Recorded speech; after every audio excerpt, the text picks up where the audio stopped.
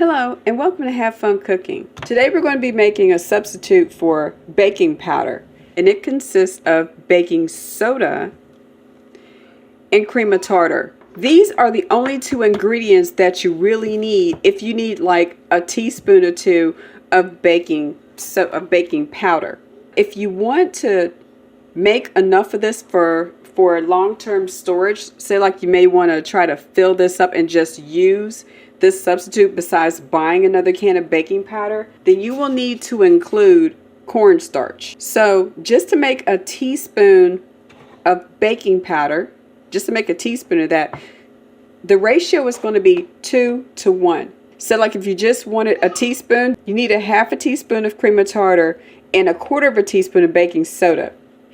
And for long-term storage, say like you wanted to, like I said, fill this halfway up or something like that, or fill this up with enough teaspoons to last you for a little while until you can get to the store to get some more, then you want to go with 2 tablespoons of cream of tartar. If you put 2 tablespoons of cream of tartar in there, you're going to need 1 tablespoon of baking soda and 1 tablespoon of cornstarch. Like I said, it's always 2 to 1, and the cornstarch needs to match what you put, how much baking soda you put in there. Now the reason why you need cornstarch when you're storing these two for long-term storage to make baking powder is because cornstarch is a stabilizer and it stops these two from reacting until you want them to react. Let's make a teaspoon of baking powder. To make a teaspoon, we're going to need a half a teaspoon of cream of tartar,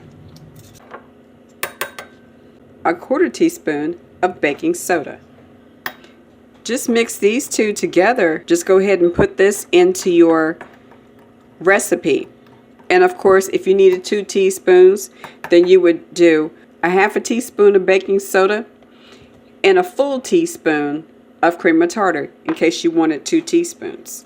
So if you like this video, please give it a thumbs up, subscribe, share, and hit that notification bell for future videos. And until next time, have fun cooking.